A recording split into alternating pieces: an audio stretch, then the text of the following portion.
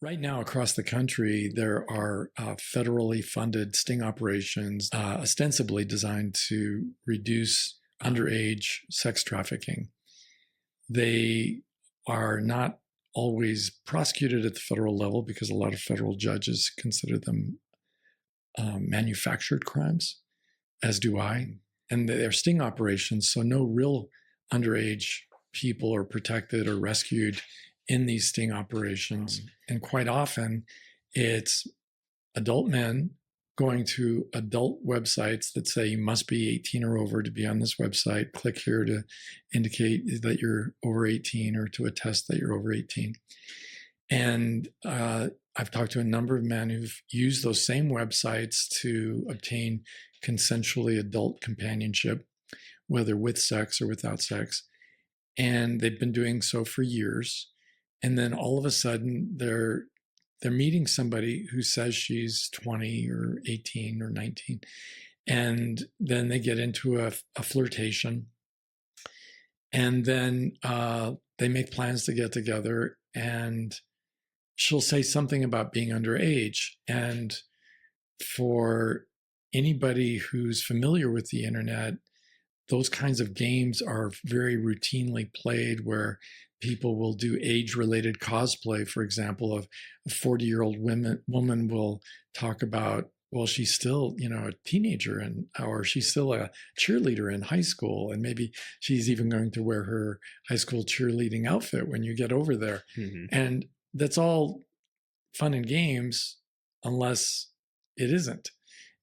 Because again, it's not safe. It's just not safe to be dating like that, to be going over to someone's house with a sexual agenda of a person you've never met. Just like it's really, and I'll switch it around, it's really not safe for women to go home with some guy they met at a bar and they know nothing whatsoever about him, mm-hmm. except that he was buying her drinks. Yeah. That is insane behavior. And vice versa for the men, to do the same thing with a woman, a stranger they've picked up at a bar, because after sex, most everybody falls asleep. And you could hardly be more vulnerable than in that situation where you're intoxicated and you're asleep, and people end up getting robbed, people get stabbed, people get raped.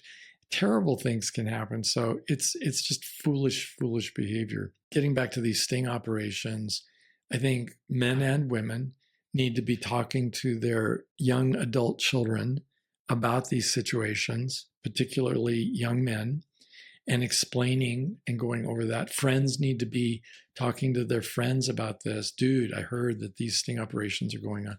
And even the men who have some idea in the back of their mind, they're thinking this could be a sting operation.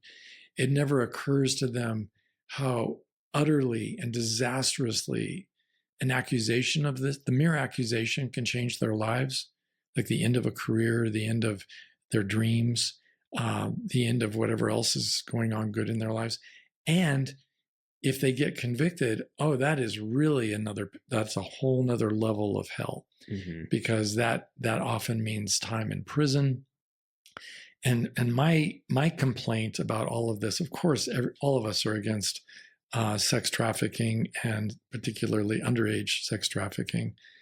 But the way these stings are set up, the cure is really far worse than the disease, because typically these are men who are not doing anything with underage kids. They're on adult websites looking for adults.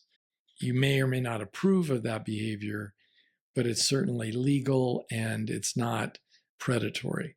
So for those guys to experience predation from our own government, it just feels like a real misuse of taxpayer dollars to me. It's infuriating.